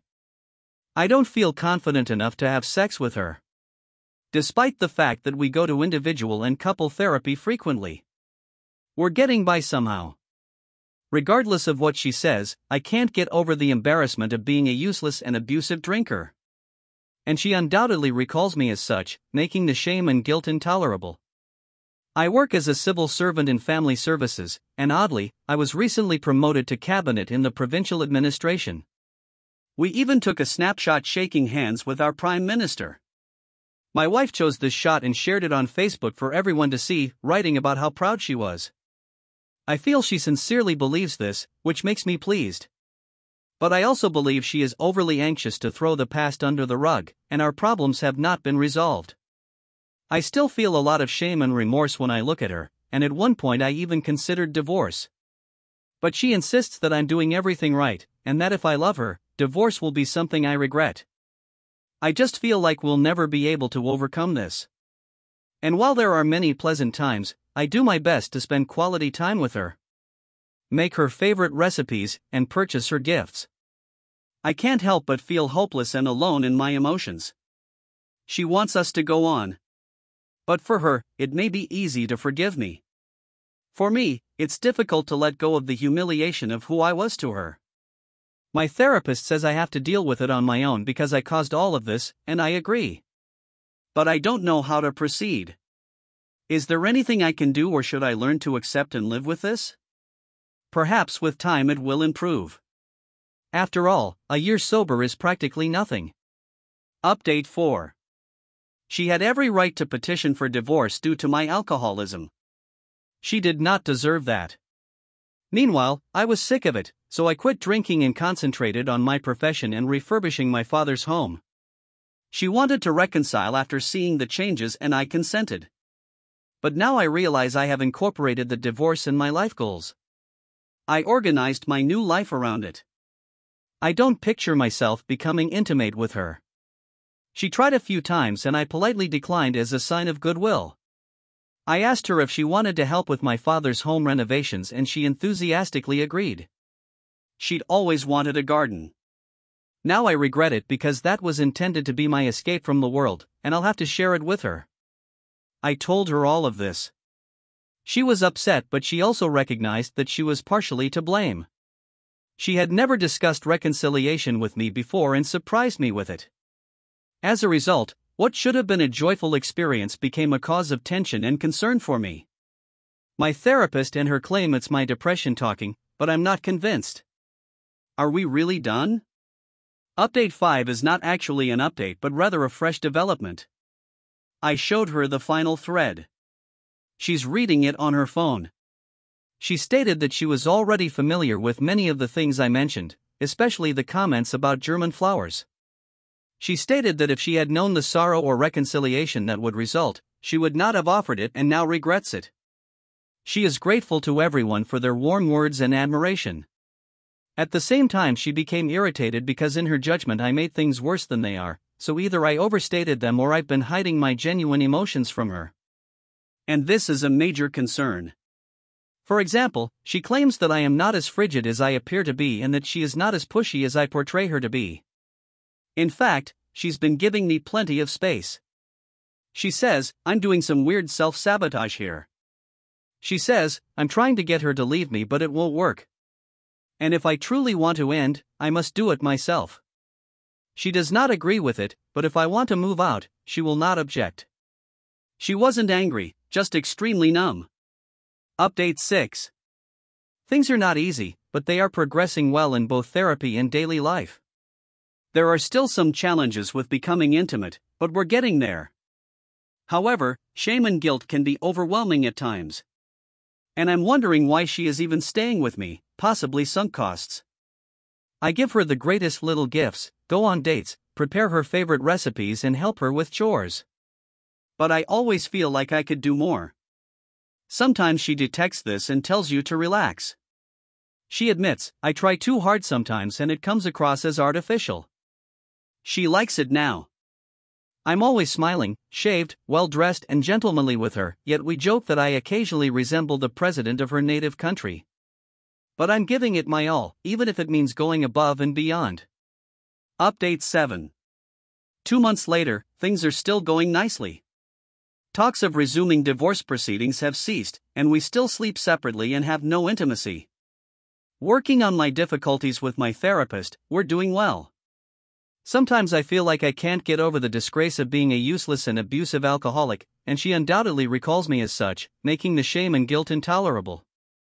However, it eventually passes. Basically, we're beginning anew with dating and bonding activities. I get her presents and surprises. She admits she expected things to move faster, but ultimately agrees with me that after a year apart, things cannot simply resume as before. She also claims that I am too hard on myself, yet I believe she is the one being overly indulgent. Apart from those issues, we are doing well. I believe this will be my last post for a time. Things are going fine, reasonably so. I'm still experiencing problems in the bedroom, but I'm working on them to be a better spouse, at least in that regard. Last week I was sent to work in our country's capital. It is a 2-month assignment, and I will be given with state housing. She is really thrilled about this and has already begun packing her bags.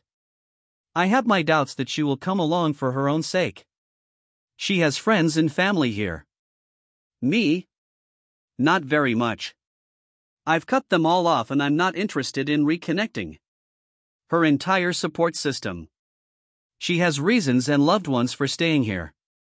Unlike me, she refuses to budge. She has every right to join us because we are married. She also has the ability to operate her e-commerce business remotely because she owns it. Plus, she wants us to return home every weekend. I know better than to die on this hill, so I'll leave with her. That is it. Naturally, I am always cautious and reasonable, optimistic about our future together. Update 8. I'm just stopping by to say that this will be my last post. I couldn't handle it any longer, and I couldn't understand why I kept having bad thoughts about my wife and me even when things were going well. And some of you got in my ear. There could be something wrong with my head. So we contacted a specialist, had tests performed, and discovered that my blood numbers were significantly off.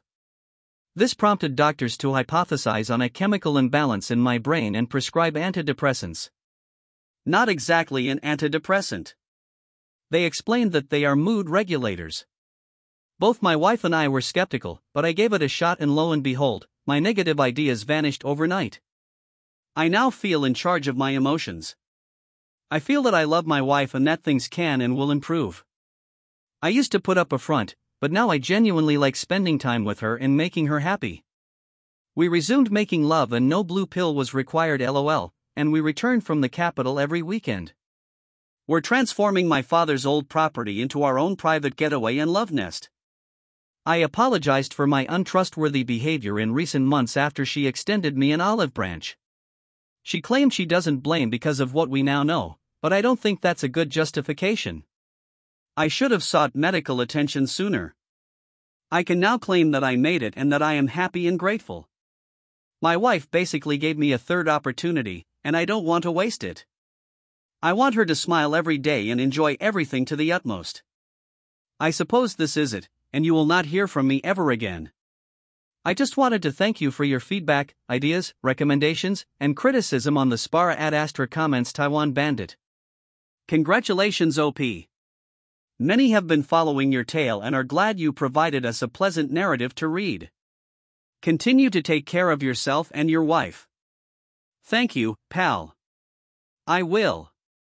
I feel like I've been suffering from a protracted hangover, which has only recently subsided. Shining Moon Television. Hello, I recall your previous posts. Way to go, guy. Keep up the great job and cheers to a brighter future for everybody involved. You deserve to grin. Veronica 9216. I followed your story and was among those who suspected there was something wrong with your head. No offense. I mean the chemical imbalance. I am delighted to learn that medication has improved your and your wife's quality of life. I believe she is especially delighted because after all these years, she has finally reconnected with the love of her life. Thank you. I'll admit that I'm worried about becoming addicted to medication for the rest of my life, but doctors told me that it would not be the case. In any case, our well-being is the top priority. Moving on to the next story. Story 2. I discovered my wife in bed with another man while abroad for my profession as an archaeologist. My wife and I met in Savannah where we both went to college in quite different disciplines. She intended to study script writing, whereas I planned to study archaeology. The initial date went well enough that we kept seeing each other, and the more we did, the more we recognized how ideal we were for each other. She was a little geeky, extremely feminine, and a great communicator. When we first started dating, we went out every week for trivia night at our favorite establishment and saw each other. Is there anything we can do during the week before her third year of school begins? She moved in with her mother to save money as living on campus was not the best financial decision. From the first time I met her mother over dinner, she adored me, so did her sister and nieces. They all accepted me as if I had always been a part of the family. I had a job set up as an archaeologist as soon as I graduated. My wife had problems finding work with her degree, so she began producing scripts to send to various streaming sites and channel networks. None of these worked out. Meanwhile, I proposed and we moved into the house I purchased, regardless of her salary. I was certain I wanted to marry her as my wife. She wrote for approximately a year before giving up and working as a receptionist for a charity organization. I told her she didn't have to work a job she didn't like, but she said she wanted to because sitting at home wasn't enough for her. That position lasted 15 months until she quit to start her own home company. She began doing tarot card readings and selling small trinkets made out of epoxy. Every Saturday she went to the market with a cart full of her art projects to display on a table she had prepared to look attractive, inviting and mysterious. I was shocked at how much money she made from doing this. As an archaeologist, I had to travel for work. I'd spend roughly 2 weeks at home before leaving for up to 6 weeks. That was the longest it had ever been, which I didn't think was particularly horrible. Sure, I missed the intimacy with my wife, but it is what makes marriage so special.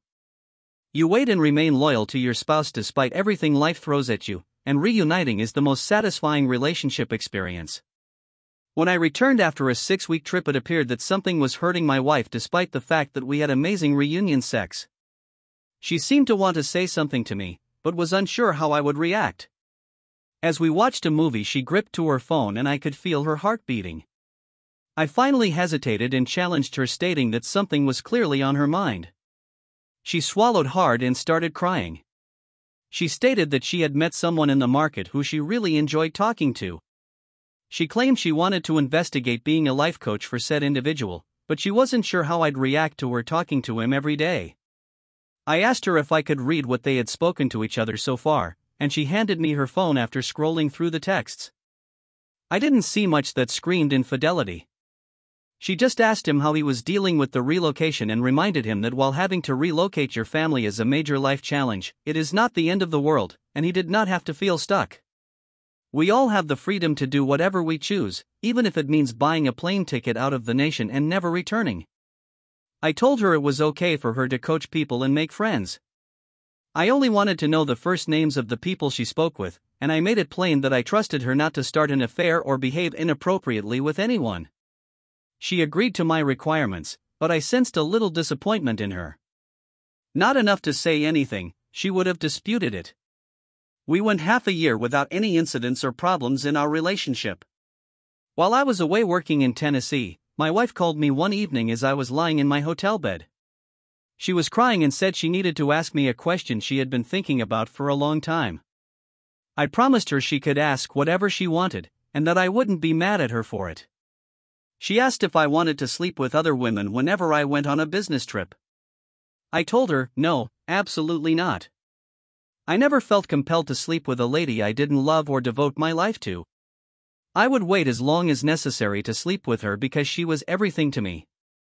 She was surprised but appeared relieved. She assured me if I ever did want to, I could tell her and she wouldn't be mad. I told her she didn't need to worry about it because it never entered my mind.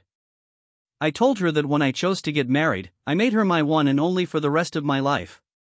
As much as I would be an archaeologist for the rest of my life, I told her I never wanted anything to come between us and that sleeping with other people was just a formula for disaster that may lead to jealousy, conflicts and divorce.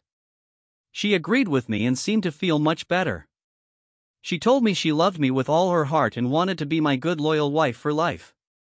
With that, we said goodnight. The next morning is when my gut started twisting and knotting. I didn't know what was going on at first. I honestly considered food poisoning as a possibility, but after giving it a moment's thought I realized I wasn't sure I could trust my wife. She never asked me if she could sleep with someone else, but she kind of went around the question by asking me if I wanted to. I decided to go home early, even though my request was denied. I was risking my whole job to drive back home before I was scheduled to leave. After hours of worried driving, I arrived home to find my wife's car in the driveway and no suspicious activity. I was relieved, but that was short-lived. As soon as I unlocked the front door, I heard sounds coming from our bedroom. I raced to it to find my wife having sex with another man. When she saw me standing in the doorway, she screamed. I yelled for Rapp to get out of my house, which she did. After scooping up his clothes, I just stared at my wife in disbelief for a few seconds before reminding her that I had just told her how much I didn't want either of us to sleep with other people and how bad it would be for our relationship. She just whined and asked me what she was supposed to do when most of her life was spent waiting for me to love her instead of actively loving her. I told her she should do what any normal person has to do when they don't have access to a lover, not meet some stranger and decide to take him to her marital home to have sex while her husband was out working. I told her this went against everything marriage stood for and that whatever fantasy she had about an open relationship wasn't going to happen with me. I demanded a wife in all senses of the word. She was on her knees, crying, her eyes out, begging me with cupped hands to forgive her. She blamed herself for talking to other women about her situation and listening to them when they told her to do whatever she felt was right. I was beside myself. I couldn't believe that even though I was totally clear about how I felt about an open relationship, she still went and talked to other women who encouraged her to give in to temptation and betray her vows. She cheated on me. She kept me in the dark and I still caught her sleeping with him. I told her to get out. She told me she didn't know where to go. I told her I didn't care. I knew she had family and friends that wouldn't let her spend a night outside. So I told her to go to one of their houses. She wouldn't move. All she did was sit in the hallway making all kinds of remorseful noises whenever she thought of something specific. She'd start sobbing all over again. I ignored her as best I could, locking myself in the spare room, as annoying as it is. I was forced to stand my ground and share the house with her until she was ordered to vacate by the court. When our divorce was final, while we lived separately under the same roof, I posted daily to social media about what she'd done, tagging all her profiles and business accounts to it. I commented on the pictures of her terrible setup, making smart remarks that questioned her ability to even see her own future downfall. This definitely impacted her reputation. A lot of would-be customers took one look at her social media accounts and found at least one of my comments. It was enough that she lost all motivation to do it. She didn't even try getting a job in her degree field again. My testimony, along with the phone records I requested, were enough to avoid alimony payments. So without any life prospects or motivation, my divorced ex moved back in with her mother, sister, and nieces. She's basically back to where she was in high school, except much older and sadder. Thank you for spending the time to hear today's story. If you enjoyed this story, please like it and subscribe if you haven't done so already. If you have a story to share about your or another person's situation, please do not hesitate to contact me. Take care.